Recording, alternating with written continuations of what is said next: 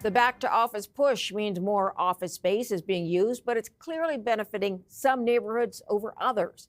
For that and more on the outlook of real estate, let's go to Alan MacKenzie, CEO, JLL Canada. Thanks for coming in. Good to see you. Thank you for having me. Obviously, employers want people going back to the office, but I know that some real estate properties are doing very well in that. Can you expand?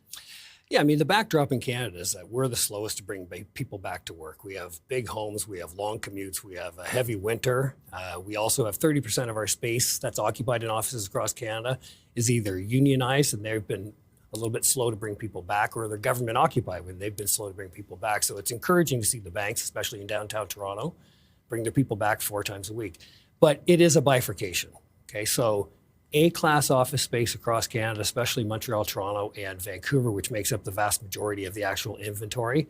That A-class space, the vacancies are diminishing in an accelerating rate.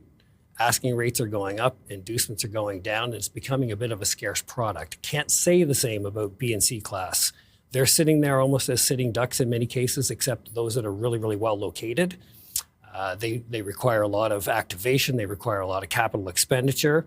Some of those owners who aren't as well heeled are not putting that back into the properties. And so as a result, the demand is really not there for that type of product. Okay, so there has to be an inducement, obviously. Absolutely. Let's talk about the state of the economy, which of course sees some slack. And we're also talking about immigration. How are those going to affect this particular segment moving forward? Well, you do have some unemployment that's increased, obviously, in the last couple of months and predicted to increase. Immigration has come down. Needless to say, back to work has still been slow. So these are all VUCA factors, the volatility in our marketplace, and it makes it really, really hard to predict what's going to happen over the next 6 to 12 months. That's the unfortunate part. So in our industry, we tend to sit on our hands just a little bit. We're risk adverse. We don't really want to go out there and do crazy things in order to blow our brains out. So it's significantly impacting demand in some areas. However, what I would note is that we overbuilt industrial over the last couple of years. That inventory is now being absorbed and prices are stabilizing, which is really healthy across the country.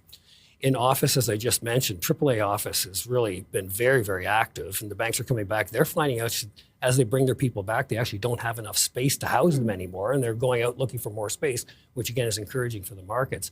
Retail is an interesting thing because the inventory of retail now only has 2.2% availability nationally. And that's sort of unheard of. So retail sales are still continuing to grow, notwithstanding the fact that on the other side, we all hear the stories about consumer confidence going down and unemployment increasing. The Canadian consumer and the mentality of that is still a little bit juxtaposed to the reality of what's going on, but they're shopping. And the retailers are performing very, very well. And those that own the shopping centers, we manage and lease the shopping center portfolio for La Caisse out of Montreal as an example. So we've seen foot traffic go up. We've seen consumer spending go up. We've seen the performance, and we've been able to raise rents, and our availability of space is virtually nothing. Which is interesting because we all think about the shutdown of the Bay, which had so much real estate property across this country. Much of it, I imagine, would still be empty because they were just big, huge spaces that I can't imagine other retailers fitting into. But you're saying really there are perhaps smaller retailers that are moving into properties all the time. All the time. The interesting thing with the Bay boxes is, on one hand, many landlords are looking at this saying, we're happy to have the space back because those leases weren't really making them a lot of money, to be honest with you.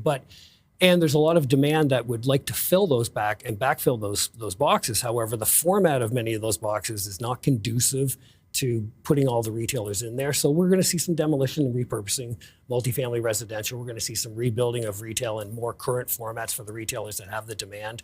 And the shopping centers are going to look a lot different in the next 10 years, the ones that at least have the Hudson Bay. And they're going to perform better, not worse. Okay. Interest rates coming down, does that help? Yeah. I mean, they've been too high, and we've got a lot of volatility of loans that are churning in 2026, as an example. So everybody's sitting on their hands hoping we get another 25, 50 basis point reduction, and then they'll firm up. And that's really, our market is a perfect bellwether of, we don't necessarily need everything to be low, the cost of everything to be low. We need the cost of everything to be predictable. And with predictability gives us confidence to move ahead because we can predict spreads on our investment. So coming down is good, but I don't want it going back up. We want it to come down and be stable for as long a period of time that we can predict, and then we can invest on behalf of. Let's talk about artificial intelligence for a moment. Is it something you are making use of? If so, how? Extensively. I think we're world leaders in commercial real estate, actually, in the use of AI. We've developed our own AI platform called JLL Falcon. We have our own GPT called JLL GPT. So it's something that is one of the 4 pillars of how we see ourselves becoming successful for our clients by 2030. And it's one of the reasons why we're expanding and we've gotten so heavily into property management, because that technology with office buildings and shopping centers and industrial is really where the application starts to sing really, really well. Give me an example. Yeah, so we now have, and these are proprietary products to JLL. We have 3,000 people that work in our JLL technology division that create these products. So we can now basically plug into an office building as an example and completely predict all of the things that need to get repaired properly. Whereas it used to be a human being using their 20 years of experience, guessing just a little bit and saying, well, from my experience, we used to fix the light bulbs over here and we used to change the transformers over here on a biannual basis. We should keep doing that. Well, the AI is teaching us, because they've learned all about the operations of the building, that's not necessarily the case. So it's become a phenomenal, predictable tool for our property management teams to be able to get it right. Is that cost savings too? Yeah. Or I'm just wondering if anyone says, okay, I've noticed a problem that perhaps that guy didn't notice, and now you need to put some money into it. It increases performance, it lowers costs, and it speeds up the rate at which you get it right. So it's very important for the occupants of the building as well. Got it. Any other way you think you're going to be using it moving forward, or anything you think that will advance what you do? Well, I would like to make the statement to you that it's not going to replace our people, as an example. It is just an enhanced tool for our people to be better. And we set out on a journey 4 years ago. We only had 1 million square feet under management in Canada. We have 134 million square feet now today. And we have 750 people where we used to have 10.